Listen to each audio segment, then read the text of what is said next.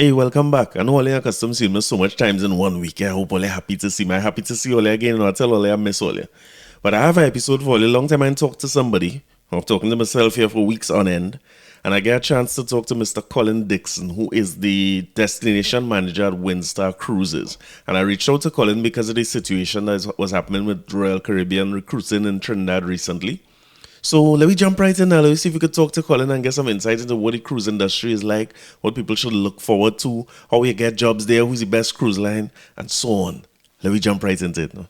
Colin, I want to welcome you officially to the Corey Shepherd podcast. I have a guest to introduce to everybody today. There's somebody I've known for some time, Mr. Colin Dickson, who is responsible for destinations at is it Windstar Cruises, Colin? Correct. Welcome to the Corey Shepherd podcast. I'm happy to have you here. It's thrilling to have to hear from you and to see you after such a long time. I know, right? Thank you so very much, Corey. I appreciate the invitation. Yes, of course. And the reason I reached out because you are a guy who I knew. Just to give the listeners some background as to how we met.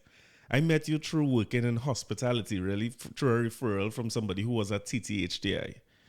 And I don't know anybody who is more who lives hospitality more than you, because sometimes we travel and we see what hospitality looks like, or we spend a weekend in a hotel, or we go to a nice restaurant.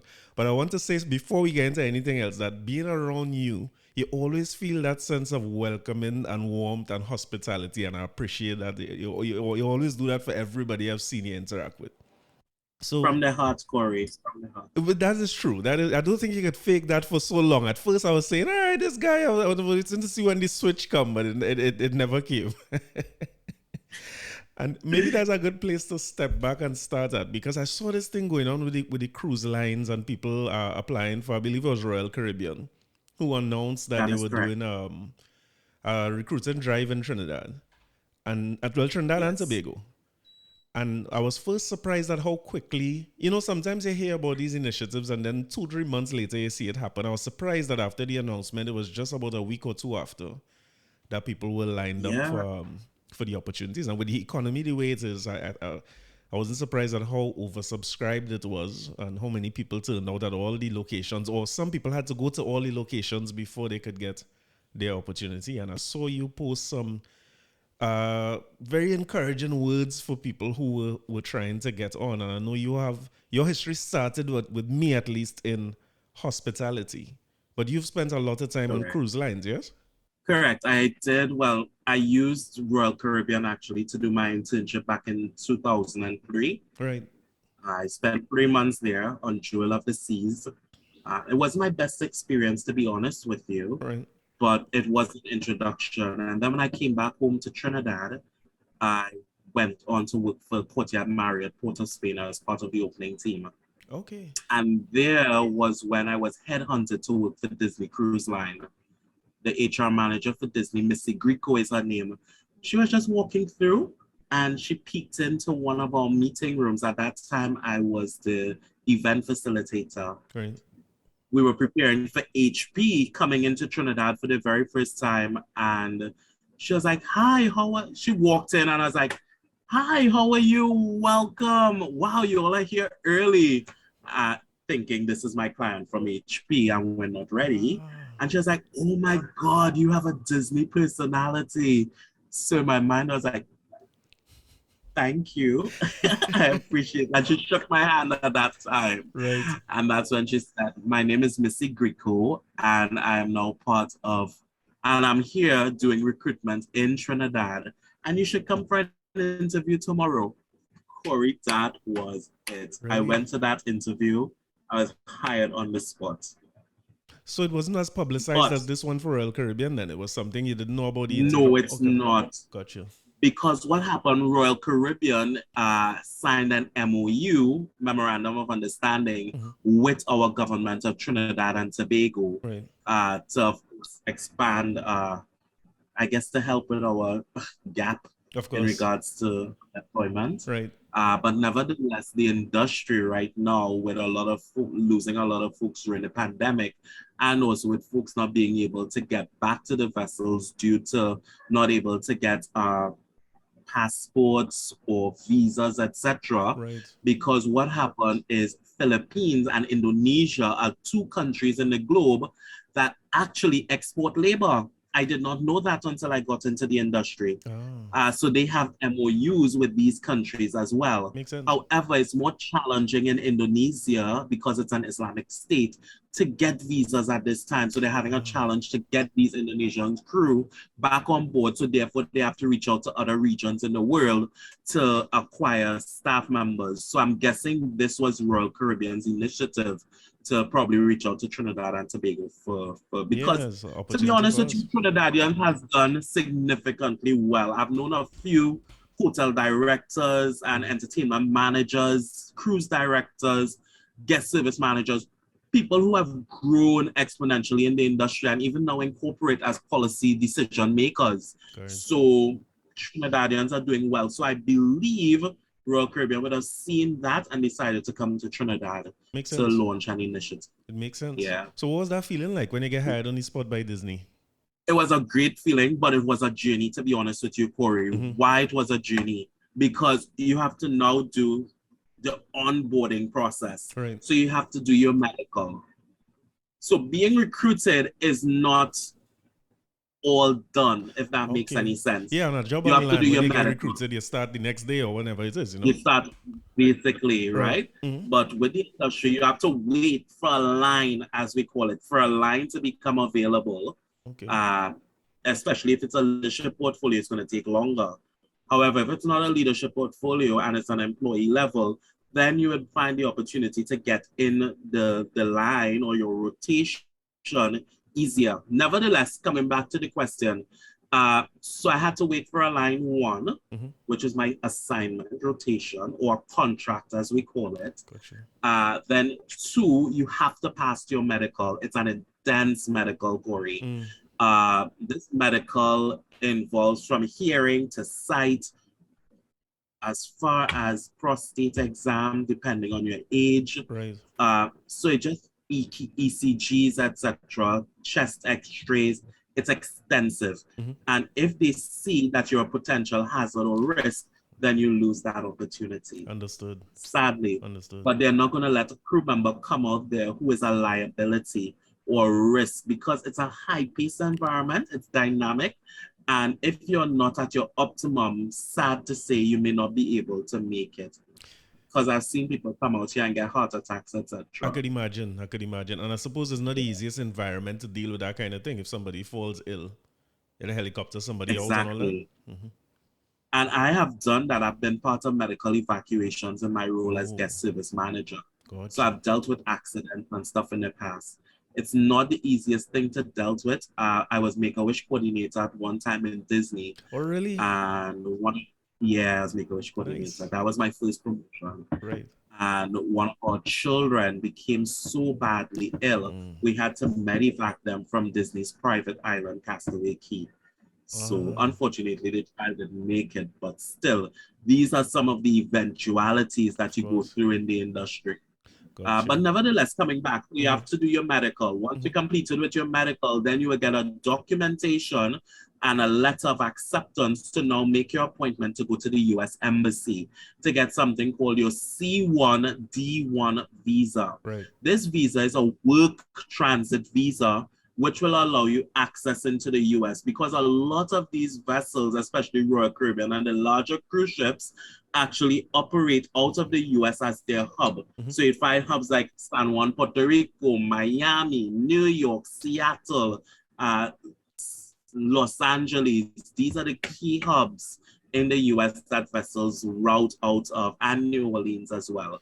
So it's mandatory that each crew member must have a C1D1 visa. And most of the time when you do that, you usually get a B1, B2 visa, which is your visitor visa. So you're in transit with the D1. You're just in transit ultimately. And after the end of your assignment, on the discretion of your immigration officer, they could allow you up to 30 days into the country before you leave to go home vacation. Because the company is responsible to repatriate you to your home destination. So everybody going back home until your next shift or your next cycle starts? until your next assignment. Correct. Understood. Correct. And then it's up to you if what you want to do on your vacation. But usually the assignment is, for me as a senior manager or an officer, as they say, it's 4 months on, 2 months vacation. Oh. Usually in petty officer positions, which is like guest services, reception, assistant managers, you'll do 6 months on and 2 months vacation. Oh, that's a When we're lot. looking at house, it's a lot, but you don't feel it, to be honest with you, at least Okay. for me. Right, gotcha. Because it's so dynamic. Go, go, go, go, go. No time really. Right. And then you have like the culinary team and also your dining room staff, housekeeping staff, and support team. They would be on for at least 8 months with a 2-month vacation. So that's the rotation. And everything is guided by ILO, the International Labour Organization. Right. And you have something called the MLC Convention, which is to regulate, to make sure crew members is not being abused when it comes to overtime and all these different things. Understood. So there are guidelines in place where crew is able to get a specific amount of rest and work time. So what does that look like? So your working day, is it that 8-hour work day like we have here and 12 hours or for 14 hours? What does it look like? That sounds so funny, Corey. So your average work day is 10 hours. 10 hours a minimum. So it's a 70-hour week. However, most of the time, 10 hours all 7 days. 7 days a week. Once you're at sea, right, you work 7 days a week and you're on call 24/7. So let's say there's an emergency on board, you and your responder, maybe 2, 3, 4 in the morning. If there's a fire or anything, the alarm goes off, you go into emergency mode and you take up your responsibility. So it's you're on call 24/7 in spite of. Nevertheless, ideally, you should have a minimum of 6 to 8 hours, so your longest break, and then you would have your breaks in between, with, of course, working a minimum of 70 hours a week. If you exceed that, then you're entitled to overtime. Okay, right. So it's a regular overtime, as if you're like what you're doing a regular land job. Correct. You get an overtime rate. And they have so they have casual leave and sick leave and stuff. So if I work in 7 days a week, I need 2 days off next month. It's my birthday. I need 2 days off. That's a thing? Impossible. No. Once you make your commitment to come out here to work, you celebrate your birthday while you're working. Understood. But I must admit, your team and your leadership team, depending on who it is, they usually try their very best to make your birthday a super special time. Because being out here, your team member and your colleagues become your family. Understood. Because you're away from home most of the time. Right. And to be honest with you, I've spent the majority of my birthdays out here, and I must say it has been a fantastic time. I spent Christmases out here. Trinidadians will pound me, but I don't miss Carnival. Yeah. Making sure you're home for that. I don't miss it because I get so accustomed traveling and enjoying different destinations. They say once you stay away from something too long, then, but I guess when I come back home and if I have the opportunity to experience it, I guess it will come back. But nevertheless, it will, man. For me, I'm not a crowd person, but I appreciate our culture and I love our culture. Well, funny you should mention crowd, because when I saw I've never gone on a cruise because of it seems intimidating to me. Now that it will be different to your experience now, as you say, a smaller vessel now. But when I look at the size of a cruise ship, or I remember being in St. Lucia once, and it was what do you call it when you have to come back to the vessel after you did your tours and so on? What do you mean? Give me a little... like people, when we just vacationed in St. Lucia, so we went to the cruise ship spot. So there were little shops and music and all that. And people had to come back to the boat. Right. So they were making the little alarms, the boat was blowing the horn, so people had to come back on. Right. So what that is like a call to alert the people. Because a lot of folks sometimes in the larger ships especially, sometimes they have to leave passengers behind because they neglect to come back to the vessel on time. And that passenger will be responsible.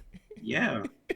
And the port agent will have their passport and everything waiting for them. Right. So they can fly to the next country. Oh, at your Everybody is expense, I warned and suppose, right? everybody is I aware. guess At your expense, of course. Yeah. yeah, you have to know So your call times, I guess. exactly. But I must admit, I never had that challenge even when I worked for Disney. Royal Caribbean is the only company that I've seen that we left guests behind. Yeah, but Disney is one of those companies that is above and beyond when it comes to excellence. Understood. So the guest is always well informed and set up for success. Yeah. Well, when I saw the amount of people that were going back onto that, I was like, no, this is too much people. This ship is too big, and it's just too many people. That crowd was intimidating to me. And that's the thing, to be honest with you, these large cruise ships are sailing cities. So like you have the Oasis Class vessels, which is Royal Caribbean's largest vessels. They have a capacity of 6,000 guests. Wow. And you're looking at 2,000 plus crew. I haven't worked on a vessel of that magnitude before. The crew is 2,000 plus, I think 28, 2,800 to be honest with you. But on board you have everything. You have a full hospital on board. You have a mortuary on board. Really? Yeah. Really. In case. Yeah. Oh, God. In case. And I have had situations where guests have passed away on board. Oh, man. Yeah, I guess this is a moving city, so you deal with anything you would deal with on land, you have to deal with. That is correct. So what's that like for you showing up for your first day? Go ahead. One moment. Sure. Sorry for that. I had to take that call. That's one of the things as well. This is called a wave phone. Right. And this is how we communicate. So that was our chief purser contacting me to notify me of an approval for one of our guests. Yeah, so it doesn't matter if you're off time. If you're 10 hours finished, you need to be answering that phone. Yeah. Exactly. You're on call 24/7. I make no joke when I say that. You just saw it in action. I did, and I saw that. That was one of the things you posted on Facebook as well, that be prepared for the length of time that you're going to be committed to work. So I was going to ask, what's that first day like when you walk on a ship that's that big and you're now in a team of 2,000 something people, and what's your first day like? So 2 experiences I will give you. Sure. First one with Royal Caribbean, Jewel of the Seas. I walked onto the vessel but first of all, you fly to the country, you have a representative meeting you at the airport with your name and everything. So that's nice because you feel special. Of course. Then you're whisked away to the hotel and then you get information advising, this will be your room, you're going to have a pickup at such and such time in the morning, etc. This is your meal allowance, etc. So you have breakfast allowance and dinner allowance. So all of that really, really nice features and gestures because the company takes care of your ticket to send you to your destination. So that's one of the things you don't have to worry about. And just to give a little background, if you have to do your medical and you cover your medical and your visa, the company pays you back your money. You just have to expense it on an expense report when you book the vessel. So that's if I get the job thing, and I have to go Trinidad to Miami to meet the vessel, they pay for that and the return flight as well? They pay for that. Okay. Yeah. So you're on the job from the time you leave to head there? Exactly. Once you get there and you board the vessel, when I boarded the vessel, I had an HR representative met us on the pier. We went through the security check with security dogs, smelling our luggage, etc. Another very important thing. Folks come out here, they smoke their weed, they get high before, they come on board the vessel, and you have a random drug and alcohol test. If they should find any ounce of marijuana in your system or any amount of alcohol in your system after they do that random drug and alcohol test, it's immediate separation. I've seen crew members separated. So that is a very good indication to tell people coming out here, don't take a smoke. Yeah, understood. So when you say separation, it's not like you're getting another chance at this. You're separated from the company. You're terminated. No, you're separated from, that's a nice way of putting it. You get fired. Right. But as we see in the industry, you're separated from the company with a no rehire status. It's a zero tolerance policy. fighting or any form of violence or discrimination, may it be religious, sexual, any form of discrimination whatsoever, zero tolerance. Of course, you as the person, you have to tell whoever is offending you, please, you're offending me. If you continue, I will have to report it. That's your right, instead of taking the bullying. Right. So once you do that and somebody should continue to bully or harass you, then you can file a claim with HR. They will investigate it. And from that point, the person who's bullying or harassing you will be separated from the company with zero tolerance. So therefore, you'll be separated without rehire status. But you can make that same complaint if it's like a passenger? In regards to a passenger, it's a different situation. Right, but as a crew member, you are entitled, and I know they say the customer is always right, but if you have a passenger who is being verbally abusive, which as a leader, I've had passengers who have been very rude to my team members and make them cry, the crew member is entitled to say, sir, I would not be able to serve you if you continue in this manner. Okay. And if they continue, then that crew member is entitled to walk away and address it. But of course, don't just walk away and be rude, but just say, I will have my senior manager come speak with you. I will have to walk away from this conversation now. That's fair. So this is a crew member covering themselves. Of course. So these are some of the methodologies that we teach our team members and our crew members so they don't have to feel abused. And if this person should be extensively abusive, our captains usually do not tolerate it. And that passenger will be disembarked on the next pier with police escort. So you're not waiting to go back to the final destination is next port you're out. I like that though. That's only fair. You have to protect your people as well, you know customers could be sometimes. Exactly. Yeah. But nevertheless, boarding vessel, you get on board, then it depends, then you're introduced to your leadership team. Right. Your leadership team is then responsible for introducing you and doing an orientation of the vessel and of your workspace. Right. In my case, I did not have that when I worked for Royal Caribbean. Right. Yes, they introduced me, but the leadership team, they were so focused on results because everything is numbers. Gotcha.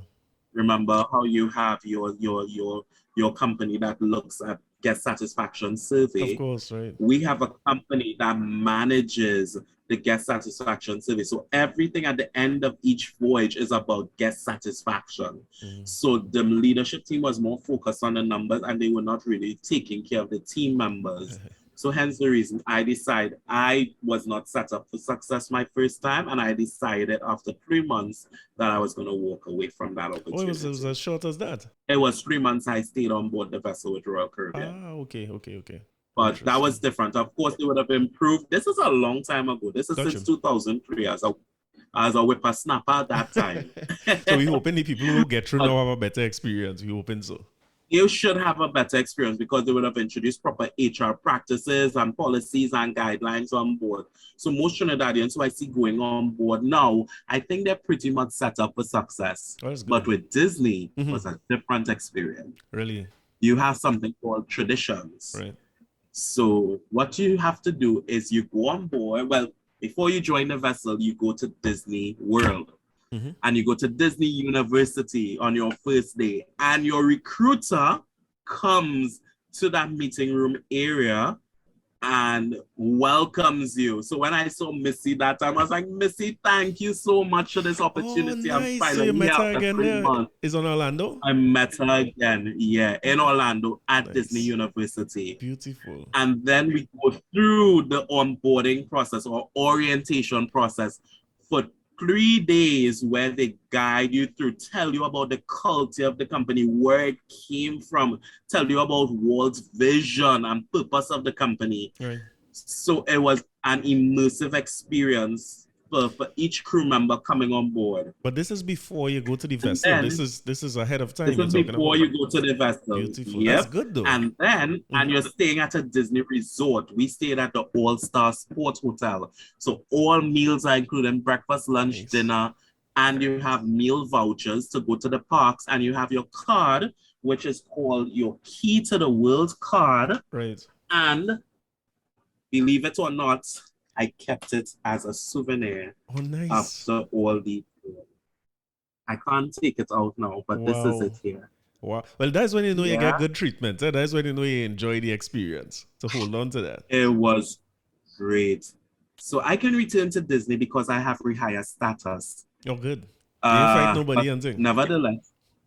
Huh? I say you ain't fight nobody. No. I had a great time. I actually left Disney at the peak of my career to go do my master's degree. I remember talking to you at that time and you were torn about it. Yeah. I remember how you were feeling. You really did like that Disney experience. You were there for how long? I was there for 7 years and I had exponential growth and development in that window. Right. So nice. Yeah, so two whole different experiences, right? It kind of depends on the company. Experience. No. Mm-hmm. And then when you join the vessel, on your name tag, you have a tag called Earning My Ears. So that's to indicate I'm a trainee. And you have a buddy who you're going to shadow it for 2 weeks. And that buddy, so you're going to do full steam ahead, which is the orientation program with the HR assistant, the training manager who will be with you throughout the process as well, coaching you, developing you, helping you, because it's a mindset change. You're coming from land life to sea life. So it's a gradual transition. And at the end of 30 days, then you have a graduation ceremony where you have earned your ears. And literally, you have the Mickey hat with the ears.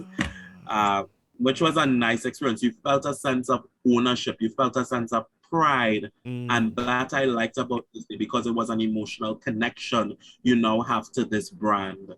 So yeah, your buddy, you shadow with your buddy for 1 week. And then your second week, you will take the lead and your buddy will then be your guide there until you're ready to transition. Well, that's really, really good. So you're sure that, as you say, you always talk about this as setting you up to succeed is a big difference. Because when you say... a massive... Well, you said Royal Caribbean, for instance, is numbers driven, like guest numbers, I suppose. But sometimes we forget that the guest numbers can't get better if our internal... you have to do the work with your team. Your team had to be on board and buy in, To me, which is the harder work. Correct. Exactly. And this is where it boils down to the philosophy, which I learned from Disney. And this is what I'll be doing for my PhD studies, which is treat your people right. Your people will treat your customers right. And this is what will impact the bottom line. Because when your team members treating your customers right and they're motivated and just engaging with your guests, then the guests will come back time and time again and share with more people and tell people about this great experience and bring more guests on board. So that's the model which I have adapted, and trust me, I've seen it work time and time again. So well, boy, I don't trust anybody to do that more than you. Now, if you do a PhD in that, that's something I would love to see the outcome of that. That is. I always find it's harder work. Like people like talking customer experience. So as a company, we've had some success talking to people about it, measuring it, making changes. But boy, sometimes when it gets to the employee experience, and I'll admit that with our teams, I struggle with it a lot. It's like, okay, how do we make this place such a great place to work that you can't deny the level of service we'll give? It's hard. It's really a cult here, but you know what? I'll say, Corey, just continue to persevere. And once you know it's coming from a place of authenticity in your case, then I know your team will continue to shine. Yeah, I think we get in there as a process. So that's your open invitation to come to do a talk or training at any time you're ready. Anytime you're here, you just let me know. Anytime. Absolutely. But I agree with you in that our culture is something that I look at that is unique. So you said, for instance, the shift from land to sea is a shift already. And it's way, I look at cruises and say I want to book a cruise. I like the idea of it, but then I was like, boy, I just want to stay on land. So employment from land to sea is such a big shift. But I looked at something that was really simple, and I'm not sure if I'm looking at it wrong from my standpoint as a recruiter. I want to ask you as somebody who's been out on the sea. Because to me, I remember the first time I had to go for a job. My mother told me, she gave me a speech. It was, "Don't embarrass me." Because I was going to TSTT where she was working for an interview. She said, "Don't embarrass me." And Right. that started with walking me through what I must wear, how to sit, how to make eye contact. Because as a young fella, them days, I must be 15, 16. When I sit, I like to slouch all the way back and I want to have my pants low, you know. Yeah. But I did find it strange that this was presented as an employment opportunity. We had a week or two to be prepared for it. And then when I saw the, I don't want to say outfits, what should I say? When I saw the dress code outside Napa on the first day, I was wondering if I was overthinking it because maybe in the environment you in, it doesn't matter much. What are your thoughts about that? No, I was I was disappointed. Yeah. I was disappointed because I was like, what's going on with our society? Doesn't people have value systems anymore? And that's why I'm so cautious with who I recommend to come out here, I could imagine. because people trust my name. I've worked so hard to build that Of name. course. And for somebody to come out here and not represent my name, just as your mother indicated, it's embarrassing. Why? Because they're going to come back and say, oh, that's Colin's friend. Yeah, it reflects on So you, of course. It reflects on your judgment and it does everything. reflect. So I saw people But I dress was very, sorry very as well. casually. And you know what was even Very. more concerning for me as somebody who's been an employer for some time and even a recruitment agency we run now. I've seen it before though, to be honest, because when we do recruitment drives, sometimes the way you see people show up is like, well, why? Why wouldn't you be in the space where somebody could see you in a Marriott and say, "Hey, come and get this job. This is for you. You are a Disney person." Yeah. Why do just overdo? Yeah. You know, just if you're not sure, like go overboard. And what was even more strange, as I said, was people were recording themselves. So it's not even like somebody saw you in this line in the interview like that. People are going live on the phone and complaining about the lines and all that. And I'm thinking, but Yeah. it's an odd thing, boy. Not a good, it wasn't a good representation at all. I must say I felt embarrassed being Trinbagonian looking at it. And it was sad because that story that aired on the newspaper made it all the way to the president of my company that I work for Oh, currently. So all the directorship and leadership from a policy side, they would have seen that article and I would have gotten commendations, but they would have also seen how our people looked. And it wasn't a great representation as a Trinbagonian who has represented and who have worked so hard to portray my country in a positive light. However, I am most happy to say that I've coached quite a few Trinbagonians thus far. I was the first Trinbagonian in this company, and there's going to be 2 members joining our team soon oh, beautiful. because of my recommendation. Congrats. That's So good. That's it's good. really good. Yeah, Yeah. yeah, yeah. But I'm happy to also say some people reached out to me, strangers who I never met or spoke to before, and they were brave enough to reach out to me to get advice. Oh, good. And I lent them that advice and I helped coach them. And one of them reached out to me recently. I was like, Colin, thanks so very much. I got through. I got my letter to go do my medical. Oh, And I was nice. like, you serious? I was like, congratulations, you're in. So I've just been guiding people on their journey and seeing them get through is really a good feeling from their heart. I can So imagine. I yeah. was glad to see as well because I didn't realize that would happen so quickly either. Because within a couple of days of the rush, you saw people being interviewed on spot saying they got through, they got accepted. Now, I didn't know until I spoke to you now that accepted, you still have a process to go through to get on. So I hope Yeah, most of it's those an people, onboarding process. yeah, I hope most of those people Yep. successful in that process as well. But the other cultural shift that I Yeah. want to ask you about as well is you hospitality has been your passion. Is that fair to say? Not at the beginning. Okay.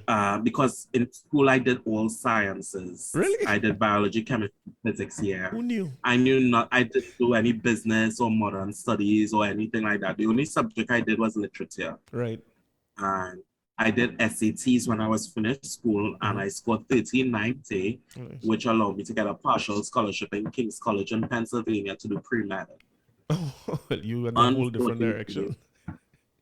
front. My parents didn't have the money. All right. And I tried to make the money for that year window. And when I went to the embassy, I was denied because I didn't have the money Yeah, to to show it up show for the front. 4 year. Mm-hmm. Yeah. Mm-hmm. Or where it was coming from, the source or a sponsor. I didn't get that.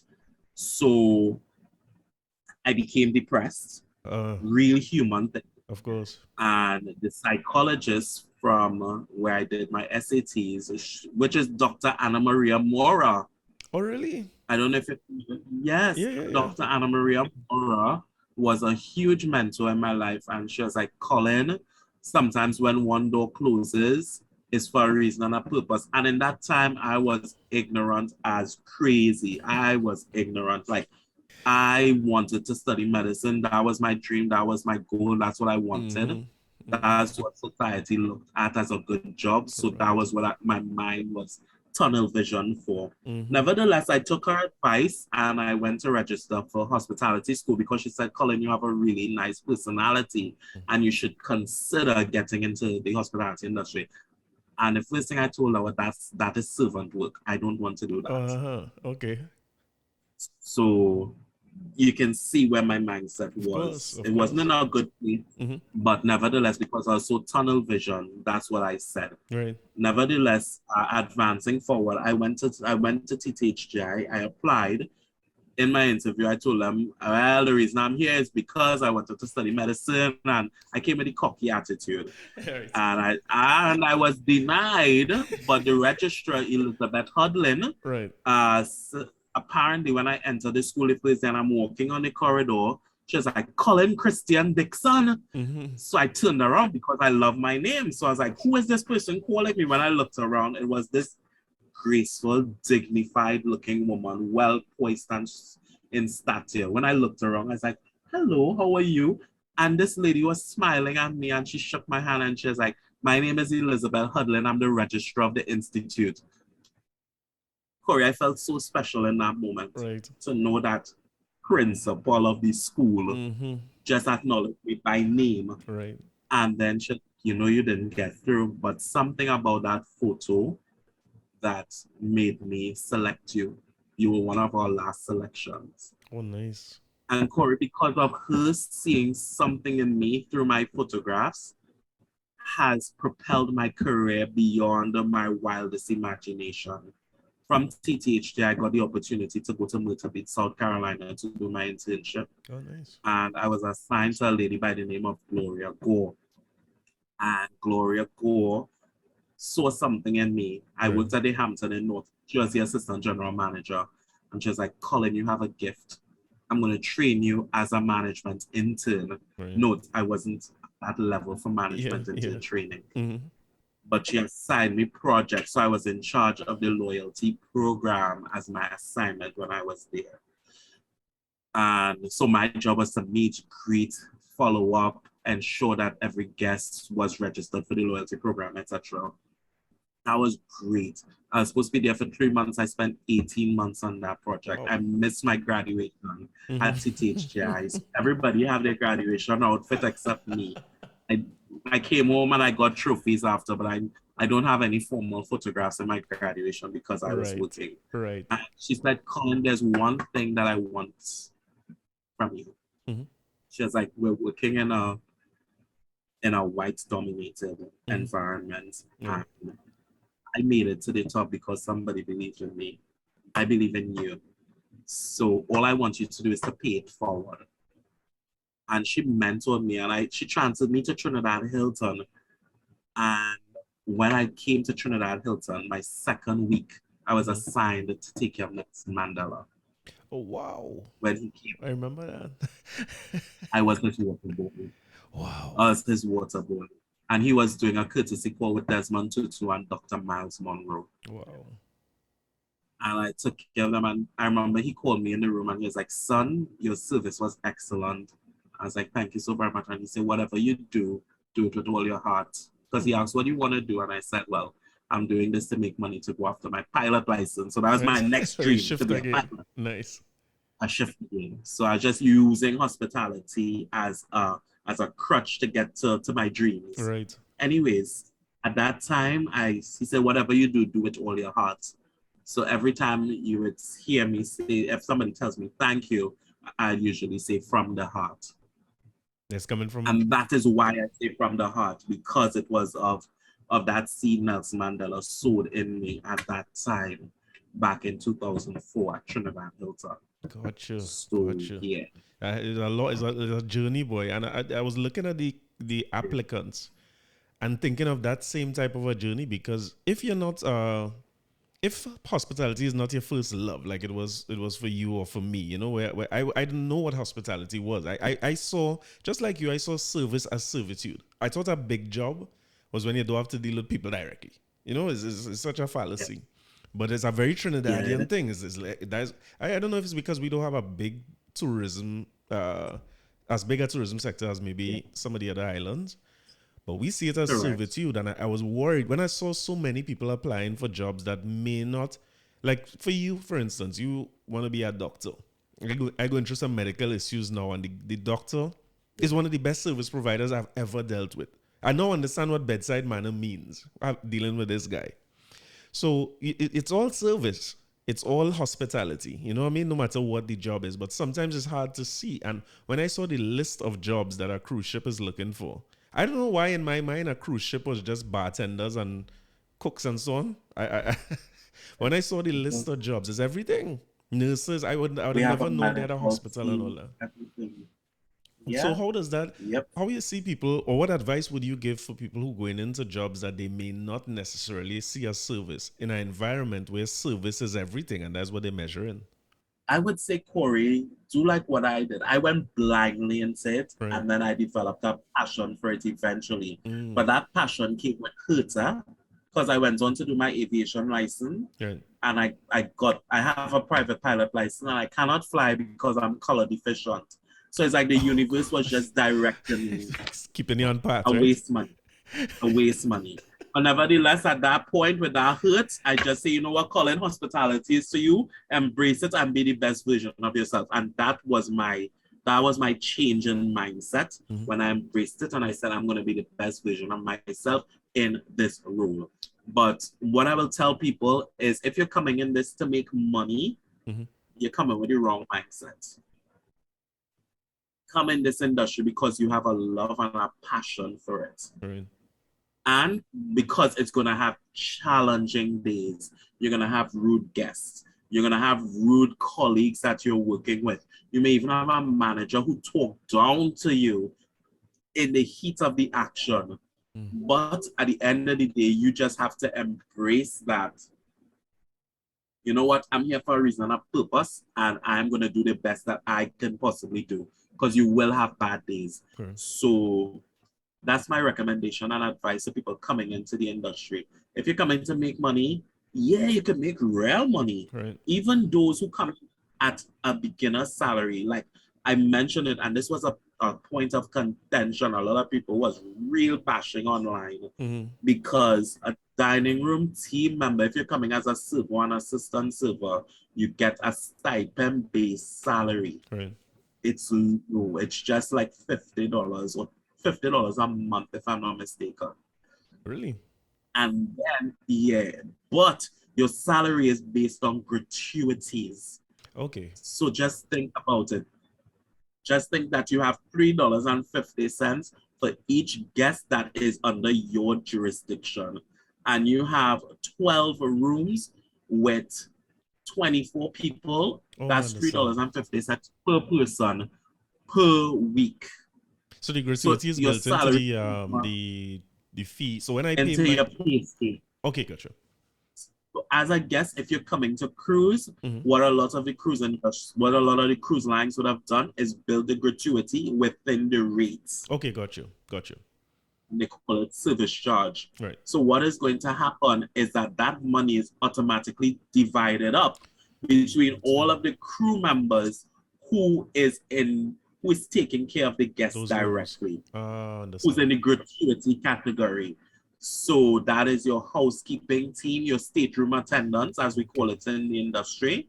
So that's your assistant stateroom attendant and your stateroom attendant. So it's 2 people taking care of your room because they're servicing your room in the morning and they're doing turnaround service in the evening. Oh, nice. So it's twice a day your room is being serviced. Just think of yourself when you come on a cruise, you're coming and you're experiencing basically butler type service to an extent. Sounds that way. A hotel might be once a day. It's a nice experience. But it's hard work for the crew member who's doing it. But if you make your job fun and you connect with your guests and you make your guests feel special, Corey, your guests will treat you right. You have tips on top of the gratuity is doable. Okay, got you. Yeah, so if a guest really likes you, I've seen crew members gotten $500 extra just because they went above and beyond. When I tell people, it's about having the right attitude. Got you. I remember when I was in the crew office working as a payroll revenue analyst, one of our concierge managers, 2 concierge managers assigned to the suite, they got $5,000 US per person by one guest. Oh, wow. That's beautiful. Yes, exactly. And you do have the wealthy who sail in the industry. Of course. For me, where I'm working, is a different demographic. Yeah, you're in a niche space, right? So it's a higher end in client. a very niche environment, very high end client. So you can make money, but don't come for the money. What about the people who come in for the travel, who say they want to see the world, so they're cruising?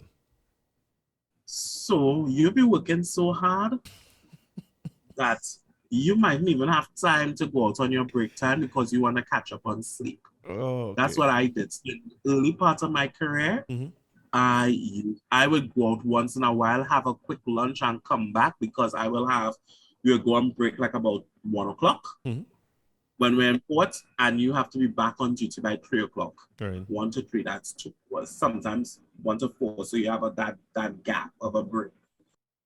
But for me, I don't know about others, because you're working for 6 months. Yeah, Corey, yeah. I forget port. I go in and sleep. And most of these larger cruise ships, they would just go in the same port on the same cycle. For where I work, we're global. No, but so for Royal Caribbean, you're just on the same cycle. You're seeing the same places, really. Same cycle until they changed or they repositioned to another territory. And this is all based on the weather. So right now in the Caribbean, you wouldn't find a lot of cruise ships because we're in a rainy season. And it's summer in Europe. So all the vessels will reposition to Europe or go to Alaska. You see how interesting it is? Because in my mind, Colin, today I'm in the Caribbean, tomorrow I'm Mediterranean, next day I'm in Alaska. I feel like if I go in all over the world, but it probably not, right? Yeah. But after all these years, I'm now in a position where I am responsible for the destination. So my job is now to go out and explore the destinations and understand the destination. So when I give our guests a lecture, I'm able to come from a place of authenticity to say, I've been here, I've experienced it, go here, do this, experience that. This is the cuisine of this specific country, enjoy this, enjoy that. So now I can say I'm living a true immersive experience. And it's part of my job now as the destination manager. Well, when you said destination manager, I thought it meant you decide on what destinations the ship goes to. But when destination manager for you is the experience of the destination is what you work on? Yeah, because the destination is predetermined. I'm part of the product development team. Okay.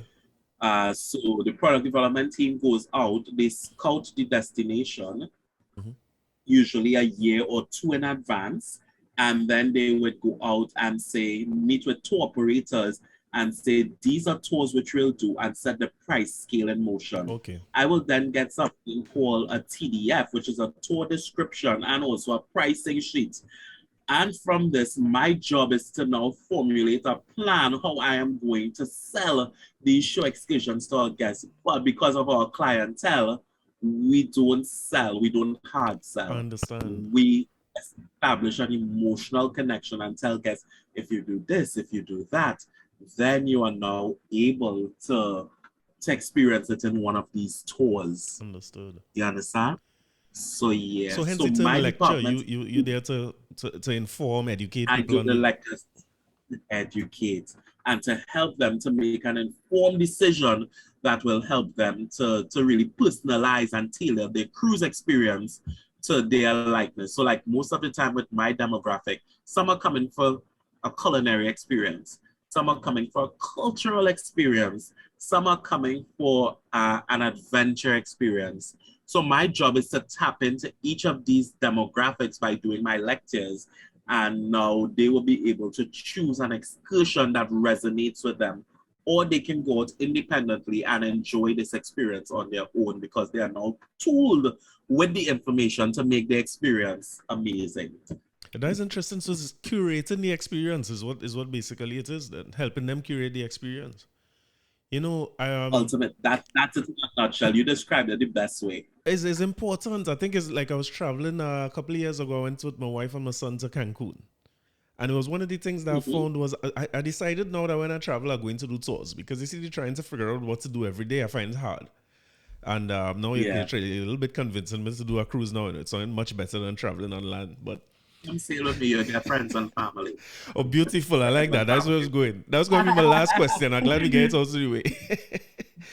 But I found that when we went to meet with the guys at the hotel, because the hotel had something similar, not nowhere near what you describing. No, let me say it was more of a hard sell where they were telling you about the tours and the this and the that, and they was trying to get you to do things. And they gave us this tour to the pyramids, which I would have wanted to do. You know, it's something I would have wanted to see first time in Mexico. But what they didn't do a good enough job of is understanding that, listen, I have a son who is maybe 6 years old at the time. The ride to get there is 3.5 hours long. You have to leave before the hotel serves breakfast. So I've tired people on my hands. I tired. He cranky. You know, it's 3 hours before we could get to somewhere to get something to eat. So while it was a good experience, I felt like it would have been so much better if somebody who, like a destination manager, could help me. I would pay more for that. You know, it's so much better. That's interesting. So true. Yep. And that's the thing where you get to understand your demographics, so now you can share that information to help set them up for success. You always say that too. It's something that you had said to me once, and I've picked that up wholesale. I say, see this, I like this. I always try to see where, anywhere I fall in short in life dealing with people, I always go back to, okay, how do I set this person up to succeed? Because it might have been something that I have done or did not do that might be impeding the process for the person. Because I strongly believe people are good and people want to succeed. People want to see results and get great. You know, I think everybody is like that.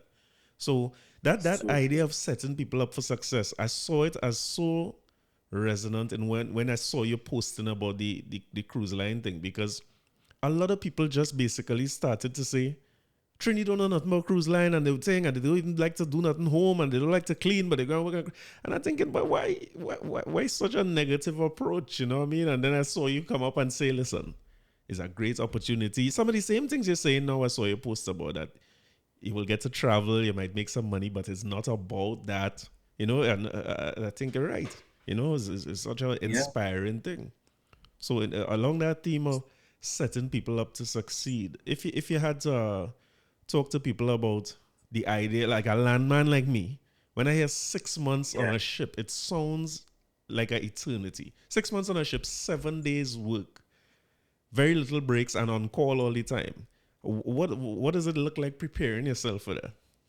To be honest with you, Corey, there's a nice work and rest relationship on board the vessel. Okay. So you have a crew welfare manager on most of the larger ships, especially, and you would find they celebrate a lot of the country's independence.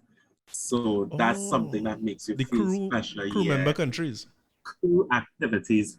Okay. Yeah. So the nationalities that's represented on board. So, and then after you would find they would try to infuse your cuisine, your cultural cuisine. So like one day they will talk to the Trini chefs on board and they will make roti. Okay, I remember on Disney we get roti sometimes and some real Trini curry. Of course. So these are the things that make your experience amazing. And you don't feel it, You don't feel it.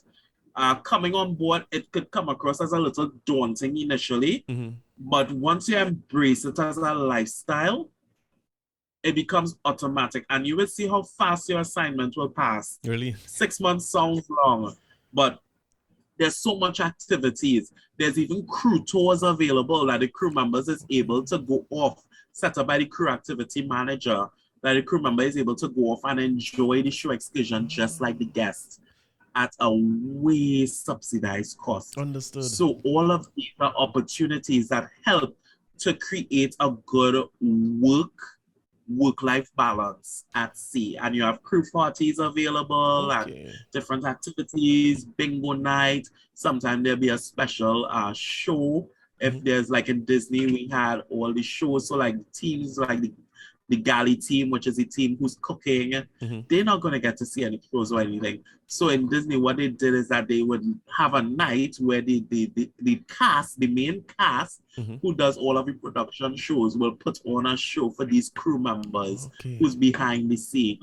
So these are different initiatives that the cruise line would have taken to create a good work environment with crew life balance. The first month may be a little challenging adapting, but once you adapt and you have an open mind, you will have the time of your life coming out to work at sea. I wouldn't have thought of the idea of crew activity management. I guess it's so important. You have to keep your crew engaged and keep them happy. You're right. Gotcha. Yep. And yeah, you're not going home, so I have to.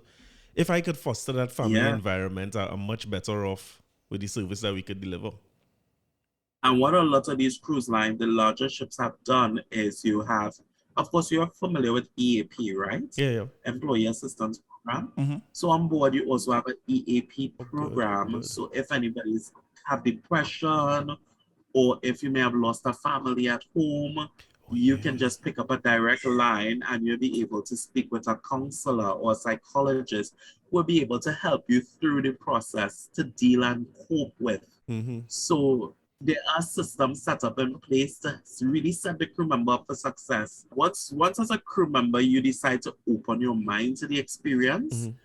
If it's one thing I've experienced as a Caribbean, people come together.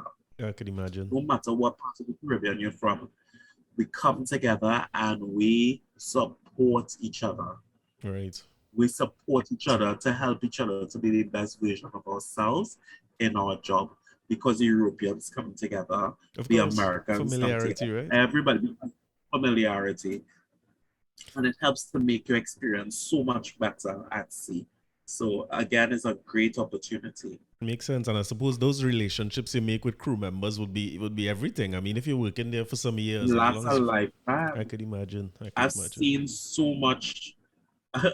We call it Disney babies. When I was at, because this is the company I could refer to the most because that's where I spent the majority of my ship career. Right.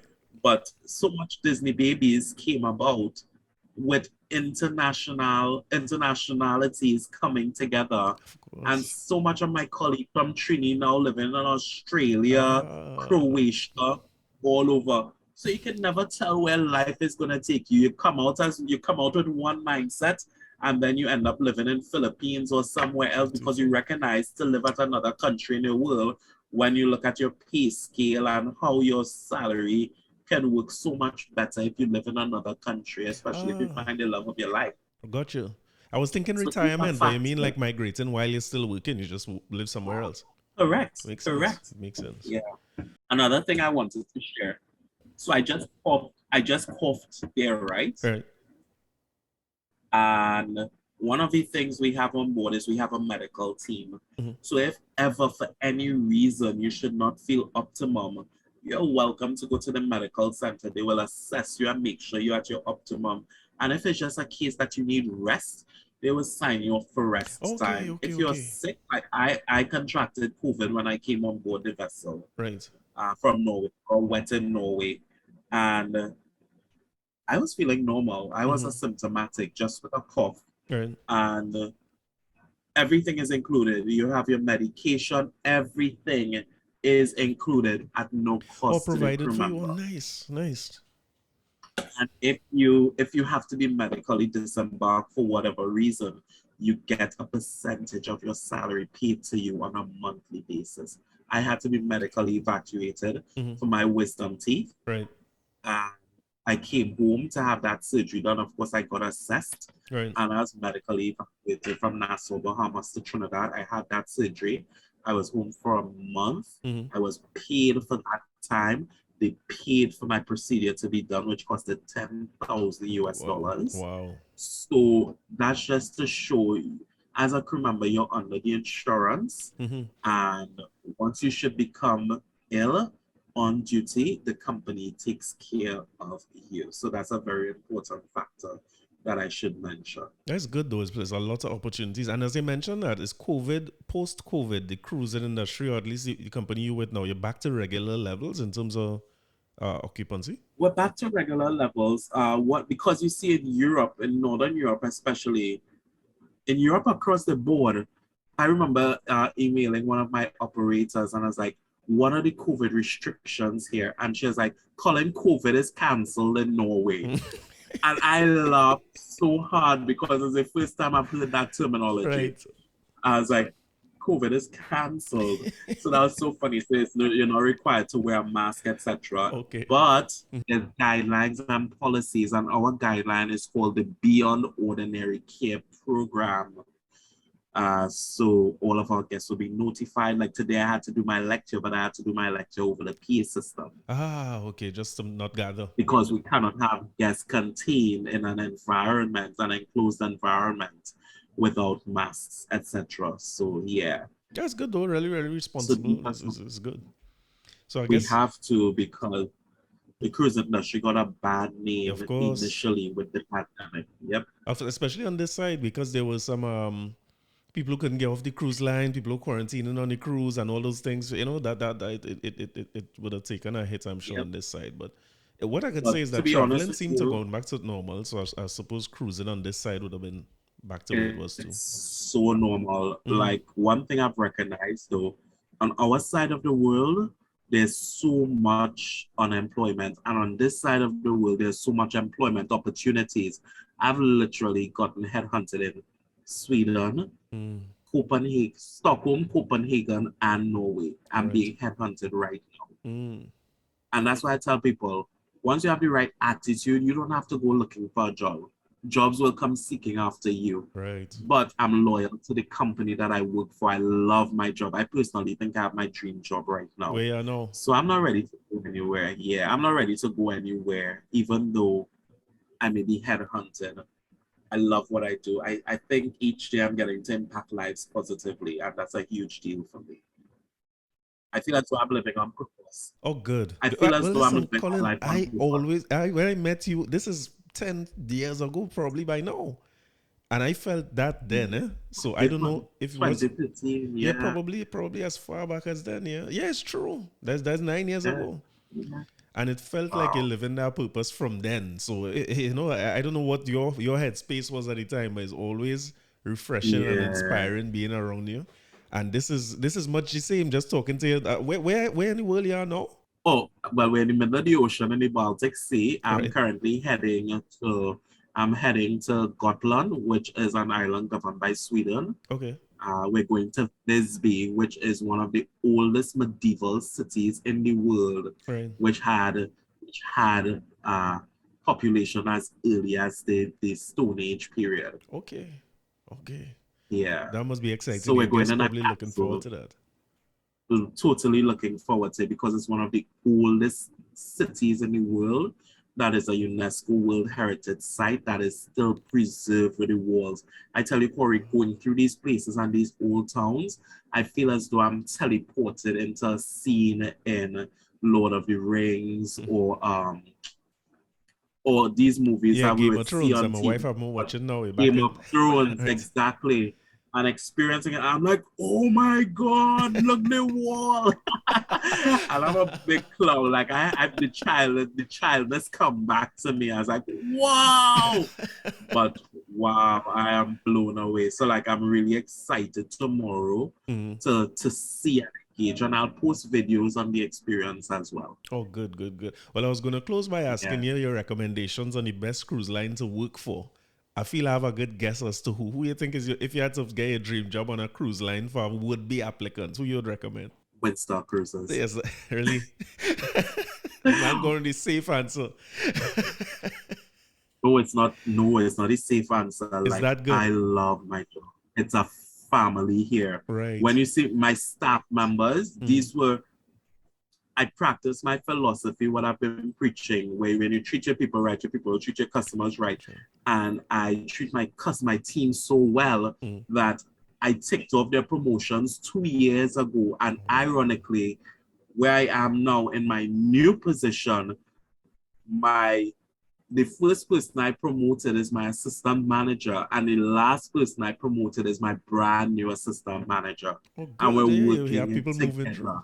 Beautiful. So my team is growing with me, and that makes me feel so good because these team members know my work style, and once you treat your people right, they will set you up for success. Of course. My team members, when I go into a meeting and I have my presentations to do, and they do up my charts and everything, Corey, I feel like $1 million walking into corporate meeting. That's good. Because now I'm presenting. They really set me up for success when I have to present. So that's what, treat your people right. You never could tell.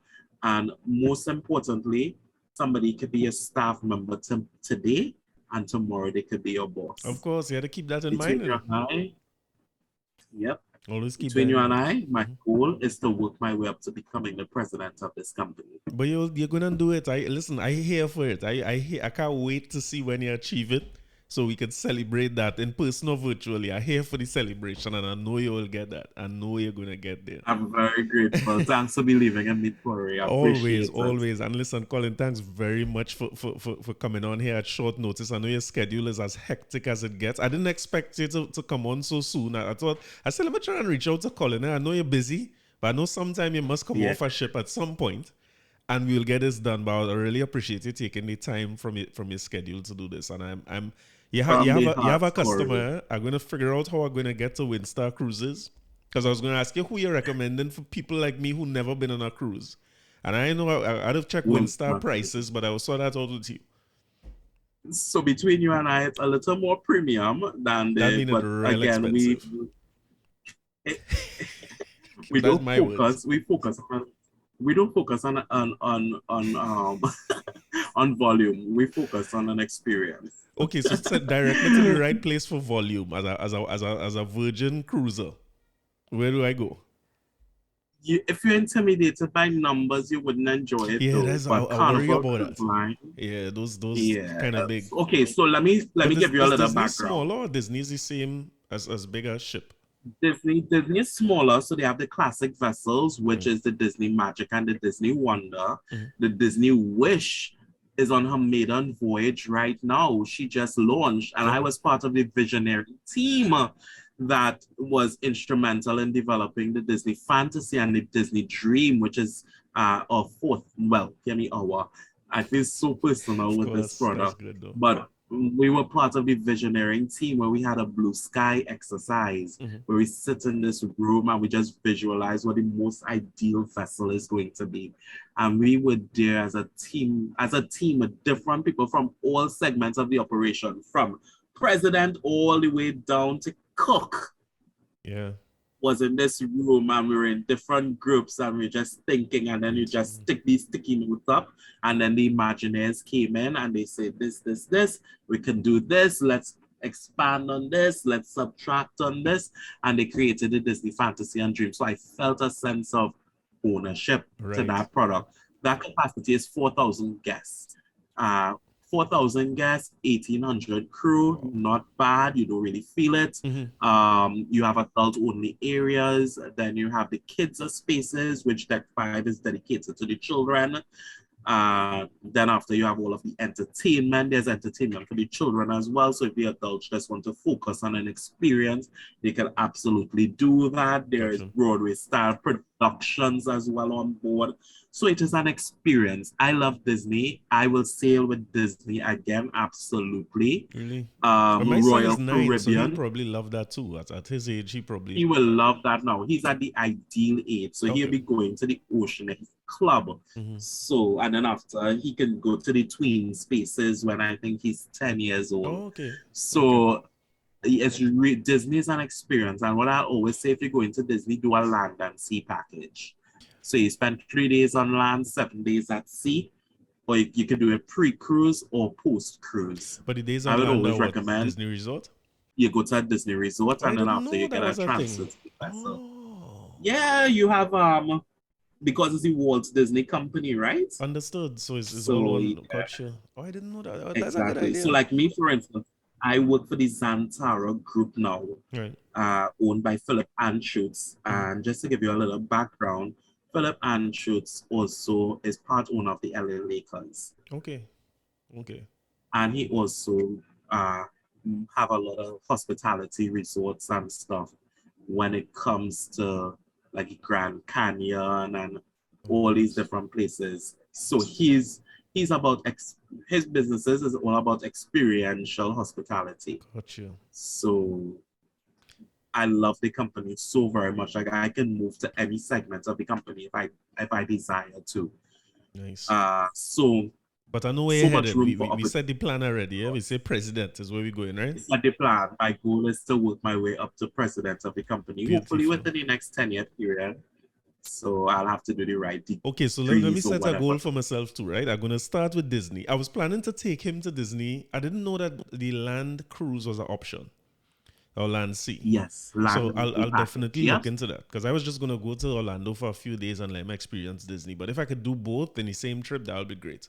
So I'll take that as my starting That is point, and I'll work my way in the next 10 years to where we could afford Windstar Cruises easily. And I come in and see you when he's the president okay. there. Corey, when you have friends in high places, you have to